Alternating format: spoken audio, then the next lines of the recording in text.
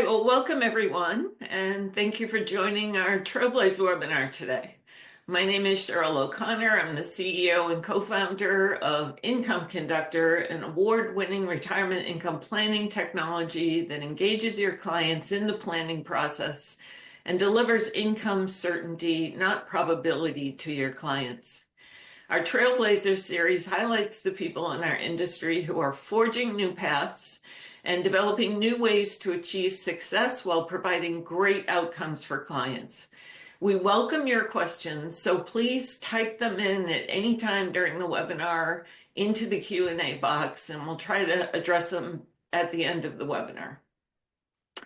So it's my pleasure to welcome our Trailblazer today, Chuck Garcia, founder of Climb Leadership International, where he coaches Fortune 500 executives at firms including Bloomberg, Morgan Stanley, and JP Morgan on leadership development, public speaking, and emotional intelligence. A 25-year veteran of Wall Street, Chuck spent 14 years in sales and marketing at Bloomberg and served as Director of Business Development at BlackRock and a Managing Director at Citadel Investment Management. Chuck is a professional speaker who has delivered keynotes in over 20 countries and a former talk radio host on New York's 77W ABC. Chuck teaches public speaking and emotional intelligence at Columbia University's Graduate School of Engineering. And an Amazon best-selling author, his books A Climb to the Top and The Moment That Defines Your Life have sold thousands of copies. Chuck is also a mountaineer and has climbed some of the world's tallest peaks. Welcome, Chuck. Well, thank you, Cheryl. I appreciate both the ability to contribute and the kind words. Well, we're thrilled to have you as our Trailblazer guest today. Can you start out by sharing with our listeners how you started in the industry and what led you to focus on leadership, communication, and emotional intelligence? It takes me back to my college days where I majored in finance, and I never envisioned that I would major in anything else because all I wanted was a path to Wall Street. As it relates to the subject matter that you just communicated, Cheryl, never in a million years could I have predicted that I would be talking about this domain expertise in two areas that of which I did not think in my college days was important. Mm-hmm. I started in financial services right out of college. I went to Syracuse, and I started at a big bank, and it wasn't particularly fun. I didn't enjoy it, but somehow or another, people told me about this world called fintech. And I wrote a letter to a guy that I'd only heard of a day before named Mike Bloomberg. And next thing I know, I get a phone call 3 days later, come in and interview. It was not Mike himself, but someone else. And I came in and I met the man, and he had me at hello. And for context to our viewers, that was 1988, and I was the 190th employee. I approached Bloomberg because I didn't want to work at the bank, so I needed an alternative, and somebody told me there's this emerging company. Didn't quite know what it was, but oh my God, better to be lucky than smart. So let me state that my path was just out of sheer, let me write a bunch of letters to companies and see what can come of it with no expectation. Little did I know, Cheryl, when at that handshake, hey, Chuck, we'd like to make you an offer, I had no idea what I was really in for and how fortunate and grateful I am for the luck that bestowed upon me for meeting Mike Bloomberg. So that must have been quite a letter. Let's just say I came in, I'm bilingual. My parents are Brazilian, so I had a skill that most Americans, particularly those in the company, did not have. I had a foreign language skill that was to my advantage.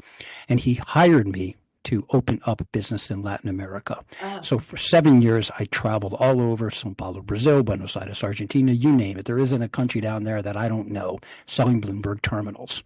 But here's where it changed, Cheryl, and I think this probably answers your question best. I had the good fortune that I was working for a company that became a juggernaut in the financial industry. Hmm. I don't believe, and I'm not speaking out of turn for Mike. I don't believe he knew it was going to be this big. But as we started to increase sales and Bloomberg was becoming an ubiquitous tool around the world, I had spent a lot of time informally communicating the brand to very large audiences because I had a motivation to sell a Bloomberg terminal. I had a knack for it. I don't know why. I was pretty good at it. I'd never done debate or speech or acting in high school, but somehow I had an affinity. When it came time to talk to large audiences, I was just pretty good at it. Or maybe I sucked at it. I just happened to be better than everybody else. So it put me into a position where I became the company's spokesman. And I started traveling all over the world on stages where people had a demand to hear the Bloomberg story. This is, Cheryl, what led me to this wonderful gift that I was given. I said, what do I do with this? I wasn't a trained speaker. I had no experience in it. I was just had a knack, but I didn't quite know what I was going to do with it. So I took this communication skill so incredibly seriously, and I treated it with the same rigor and discipline as I did when I learned the world of finance.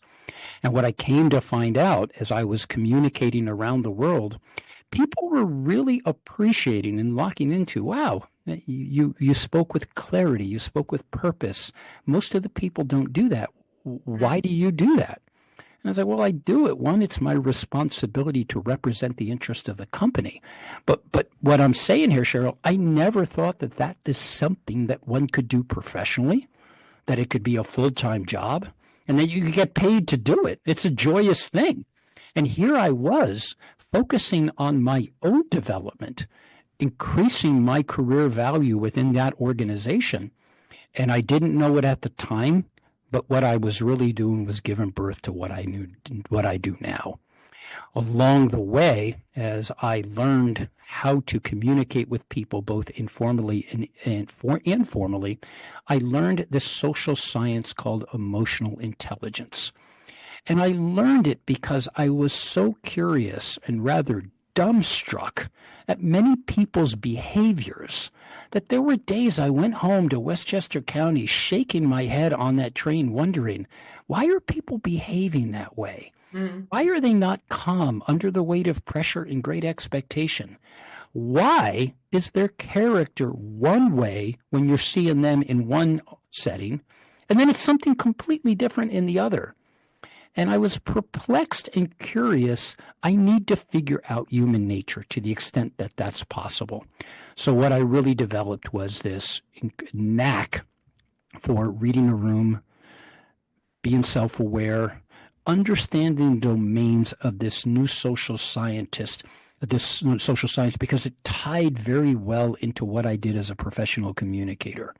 I had to, for myself, learn to stay calm under the weight of pressure, to be able to work an audience of hundreds of people, and to make even a one-on-one interaction, make that individual feel like they are the only person in the world.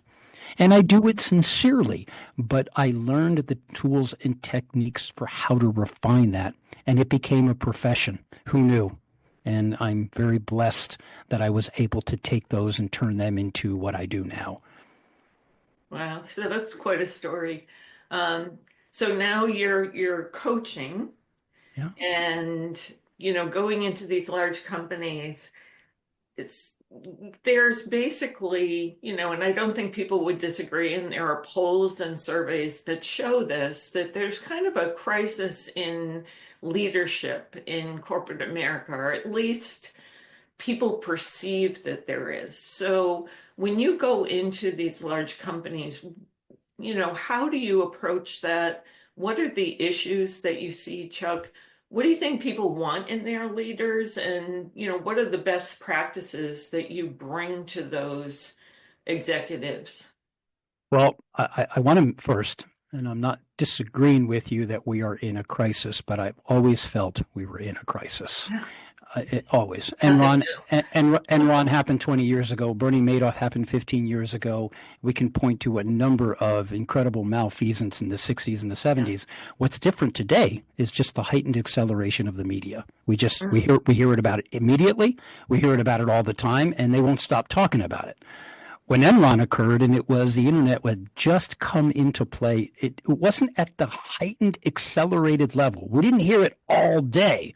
We heard it once, and then we heard it again, and then before you knew it, we had a story. So what I am suggesting here, though, I don't believe that leaders are any better or worse today than they were in the past generations.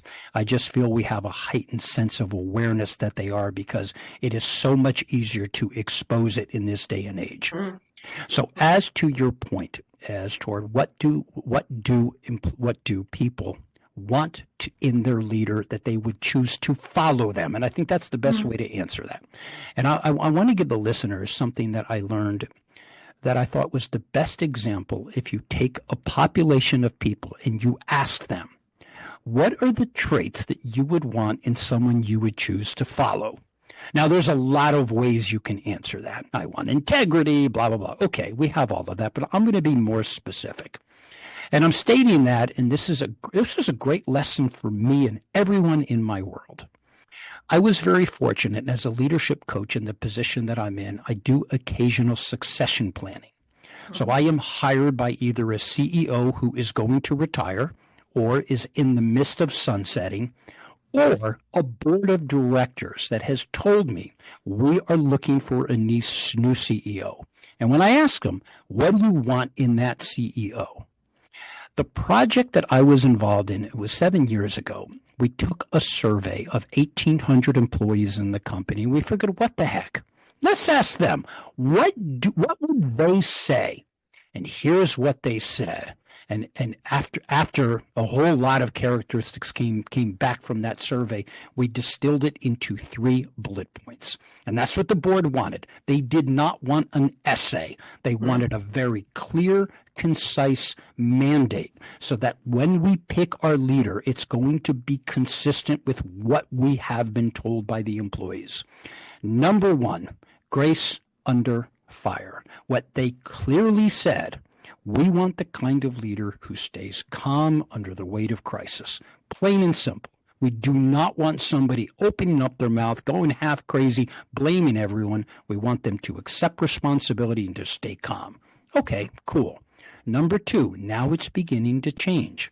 Number 2 was the one that caught us by surprise. They wanted someone who is effective at managing conflict. And it came out that clear, because what the employees noticed at the top was a tremendous amount of internal conflict that led to toxicity. And they said, okay, we accept that there's conflict, but we don't accept that somebody isn't taking responsibility to cure the toxicity. So they were very clear about conflict resolution. It will never be eliminated. Where there's people, there's conflict. But if we don't improve the culture, people are going to walk. Okay. Understood. And number 3, and here's Cheryl, the really the one that I found of most interest, and I'm glad I did. And it wasn't about leadership competency in the way we think about it. It was a leadership style. And what they talked about in the survey is contrasting a command control style with a collaboration connect style. And what they said is I'm going to put it in 3 words. We want an empathetic leadership style. They wanted the CEO, whoever it is, to get up there, take the blame, take the heat, accept the responsibility, show some vulnerability, and be human, not to communicate their perfections and look at me as the CEO, I can do no wrong. They wanted a human being who could tell a story, who could do it calmly, who could admit mistakes and accept them as a path towards someone who would lead by example. I cannot be any clearer. In the other 34 companies I've worked with in the last 10 years now, this has not changed. This is what we want, but it's very difficult to find someone who does it naturally, So we accept that these are learned behaviors, and I'm very grateful that what I do for a living, since I was in a very visible position at Bloomberg and BlackRock, people knew me, they'd seen me operate. They hire me to help them understand, how do we integrate in the frame of those three things: grace under fire, resolves conflicts effectively, empathetic leadership style. To me, that is communication and it's emotional intelligence. Now, there are other things that you could include in that recipe, but I'm going to keep it simple. We want someone who is clear, concise, and purposeful in how they communicate. We want them to treat others with respect. It's okay to disagree. It's okay to be passionate and to argue. It is not okay to be a jerk. Those days are gone.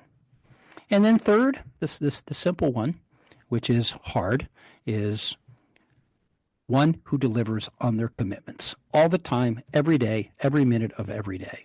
So we take these benchmarks, Cheryl, as the leadership competencies for, if we have an individual that I am coaching, we recognize here is our wish list. This is what we want to, this is skating to the puck. This is what we expect you to become. Some people it comes very naturally, others don't, but there's, know it or not, it's our learned behaviors. So that's where the coaching comes in. Indeed it does. Hold on just a second. Okay, I think you hear my mic okay? Yep. Yeah, okay, yeah. This is where the coaching comes in, because what I'm describing here, and I ask you and everyone who is listening in, did we have anything that I've just described? Was it part of our college curriculum? No. To those who went to grad school, as I did, unless you majored in leadership, you probably spent a lot of time in spreadsheets, in modeling, dividend discount models, all the finance stuff that I learned. I learned in college, Cheryl, to cram, exam, and regurgitate my way to getting an A. And when I got to Wall Street, I felt incredibly unprepared and ill-equipped, because what I'm describing now are the human skills that I credit my career growth to, the capacity to learn them and to execute on them exceedingly well. There are 100,000 people that are smarter than me in finance, but I had to outsmart them in my capacity to do what I could do, and that's communication and my behavior. So I say that because I believe that the educational model overestimates the importance of our intellect. And I'm not diminishing. It's important to be intelligent. I like hanging around smart people. But we underestimate two things: the importance of our temperament and our capacity to self-correct under the weight of pressure. And just let that sit for a second. As we think about on any given day, what scenario were you in on any given day? You go home, you have dinner with your spouse, your boyfriend, girl. What are you talking about? You're talking about your highs and your lows all the time, because all the stuff in the middle, that's tactical stuff, doesn't matter. You talk about why it was a great day, or you talk about, damn, this was a bad day. Okay, why? What happened? I was caught under the weight of pressure. I exercised bad judgment. I made a decision with less than optimal information, and I screwed it up. These are the conversations we have with each other. Mm-hmm. We're not talking about, hey, I chose Google at this particular price. Okay, I could have bought it cheaper. I could have sold it higher, but what are you going to do? You guys manage portfolios of lots of things. You get some things right. You get some things wrong. Most of the time it works out okay. But when you're communicating, you don't have that luxury, especially when you miscommunicate in real time and somebody is either offended or you've done something that causes people to question your credibility. That's why this is so important, because it happens on the spot. Mm-hmm. It's important in that it is a reputation builder as you communicate and you align your actions and your words. All of this, Cheryl, if I could go back and reinvent my education, this is what I wish somebody had taught me. And what I teach and coach are the very things that and the books that I wrote are the books that I wish I had read when I was 20 years old. Yeah. And it's funny, the most successful advisors that I've worked with in my career Many of them have psychology degrees. Yeah, no surprise. Yeah. So they Well, started, in the liberal arts, counseling, psychology, and then they moved into financial services and learned the mechanics. yeah. But they had that sort of grounding and communicating and like you say, reading people and understanding different types of personalities, how to work with them. Yeah, what you're describing, especially Cheryl, when you're talking about somebody's money. It's one thing to go to a restaurant and have a bad meal. All right, what are you going to do? You hope that doesn't happen, but it does. Okay, what are the stakes? They're not that high. When we look at the really important things in our lives, our marriage, our children, our family, Mhm. our moms, our dads, and then you got money. Money is the great equalizer. It is the one thing we have in common that we want more of it. We all have loss aversion. We hate losing a dollar more than we love making a dollar. And so when you have somebody's money, you're really managing not just their money, you're managing a relationship. You're managing trust and Yeah. credibility and respect. And that is not to be underestimated. And when you have a financial advisor who is managing the money that you work so hard to attain, you better damn well trust them. Not just their brilliance, but did they do what they say? Did they set, exceed, or potentially shatter expectations? And when you shatter expectations for a client, that's a career killer because clients have friends and they have money and they talk about their money and they Mhm. have beautiful homes and cars that are on display. And so you know who has it. So it's this really interesting visible world you live in that I lived in for many years, and it's transparent. Mhm. But you can never, if someone is managing your money, let them off the hook. You can excuse them for being late. Yeah, there's all kinds of ways or things we can tolerate, but not that. And so, to your point, I appreciate that if somebody has a foundation or their education is grounded in these kinds of human skills, I Mhm. think it goes a world, particularly for what you do for a profession.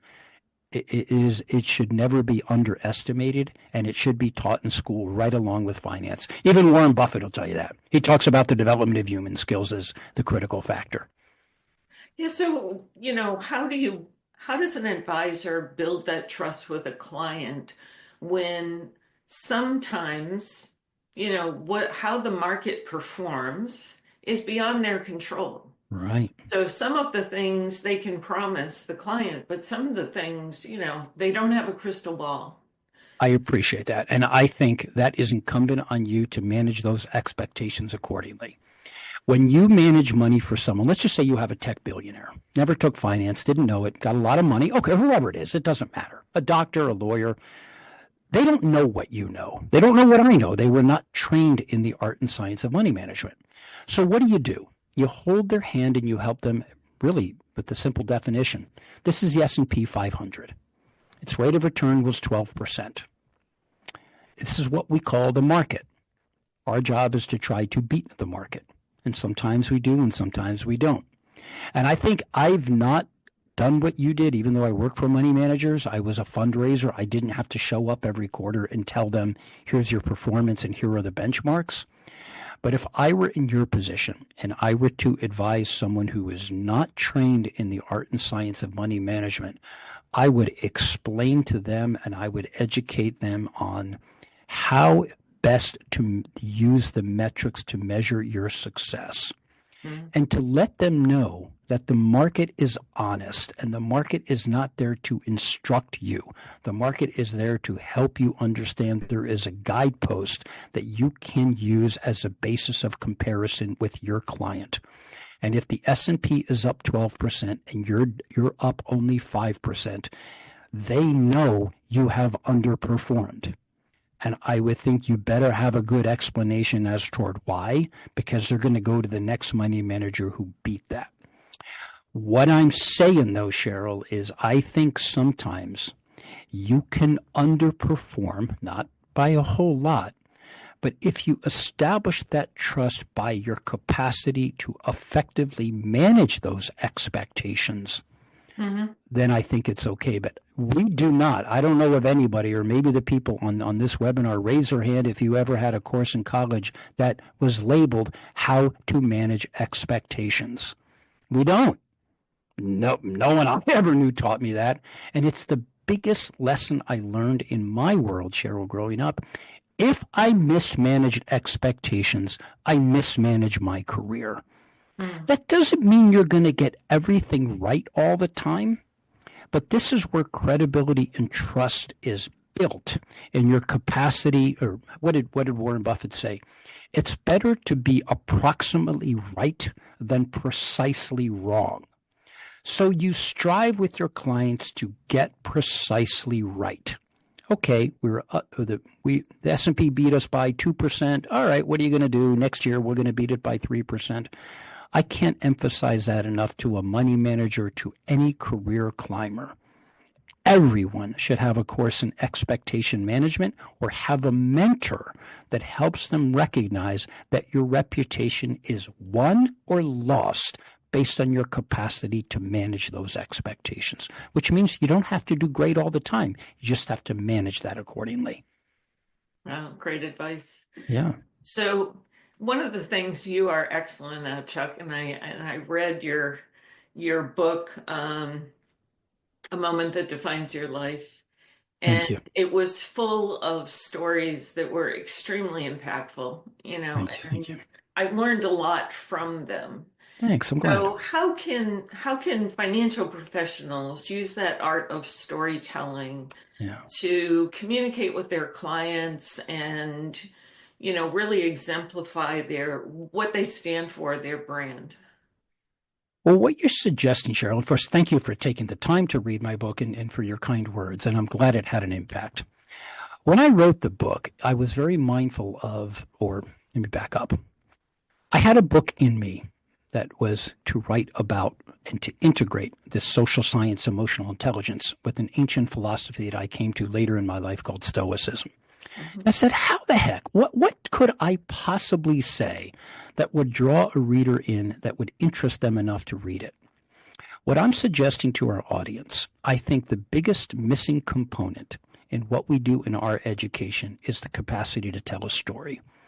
We somehow believe that that's only for the Hollywood types or the theater types, when in fact that's just it's a misclassification of what people do for a living. For thousands of years, we've been telling stories. You read the Bible, the Talmud, you read just the great literature of the world. There's a story arc, and there's a protagonist, and he or she wants something. And we root for them because we want to see how they remove the barriers on the path to their success.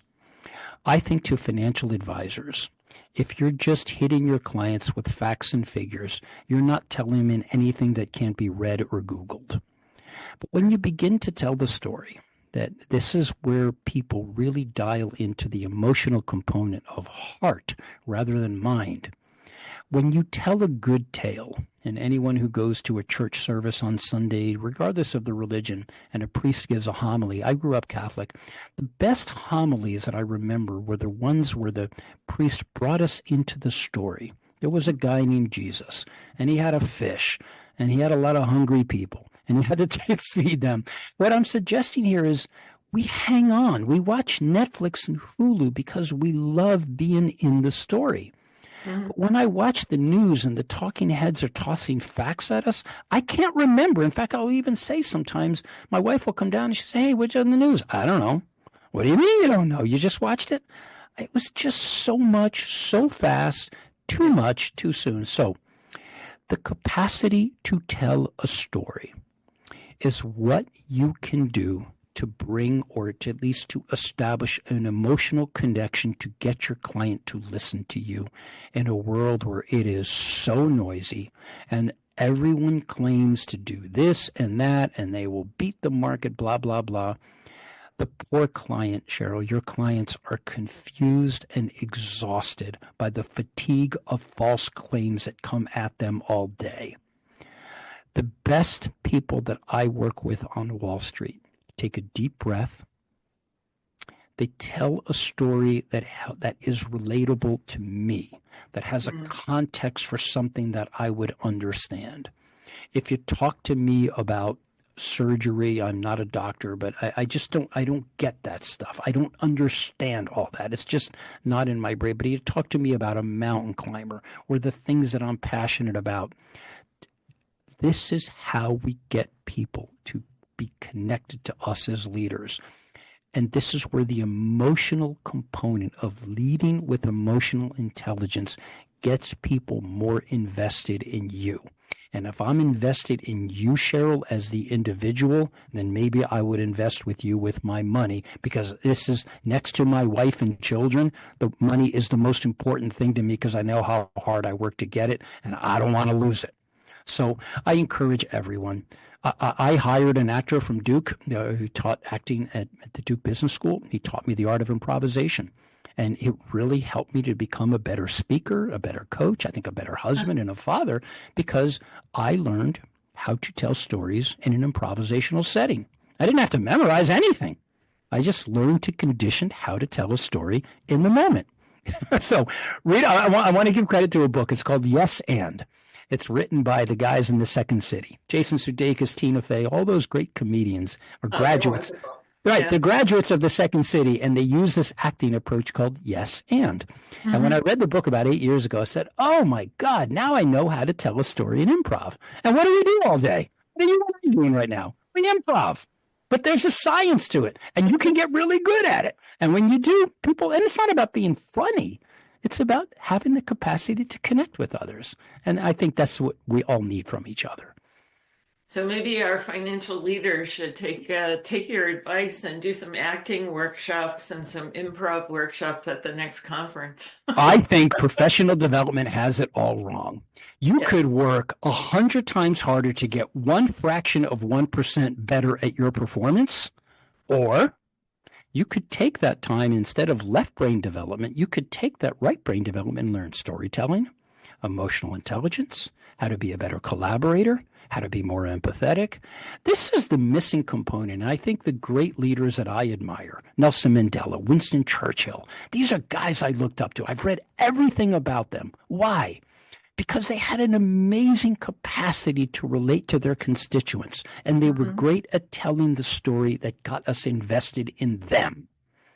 I love that about those guys. And there are certainly modern day, Sundar Pichai at Google is very good at this. There are certain CEOs that just show up with that same mindset. You can tell how well trained they are. And particularly in the tech world, it's mostly engineers by trade who don't spend one lick of their time in engineering. What do they do? They're motivating and inspiring people to get the best out of them. You don't learn that in engineering school. You don't even learn that in business school. But I think my advice to everyone, Cheryl, for career advice, and people are going to say, that's crazy, it's so uncomfortable, it's not for me. There is no sign on the wall that says you can't change, and your education begins at the end of your comfort zone. Otherwise, you're not learning. You're just going through rote memorization, patting yourself on the back. I think everybody should bust out of their comfort zone and learn the human skills that actors and the things that we learn from people who do what I just described. Wow. Powerful. Thank you. We are over time as usual with our Trailblazers. That 30 minutes just flies by. I just want to thank you so much, Chuck. It's been a delight. Well, it's a pleasure, Cheryl. Thank you for having me. Yeah, and I hope that people do pick up your books and be inspired by your message. So I appreciate that. I know we're out of time, but were there any questions, at least before we adjourn? We did not. We did not have any questions. So I just want to thank everybody for joining us today who's listening. And please watch out for next month's Trailblazer webinar. Thanks. Thank you, Cheryl. It was a pleasure. I look forward to collaborating again. Take care. Take care. Bye-bye.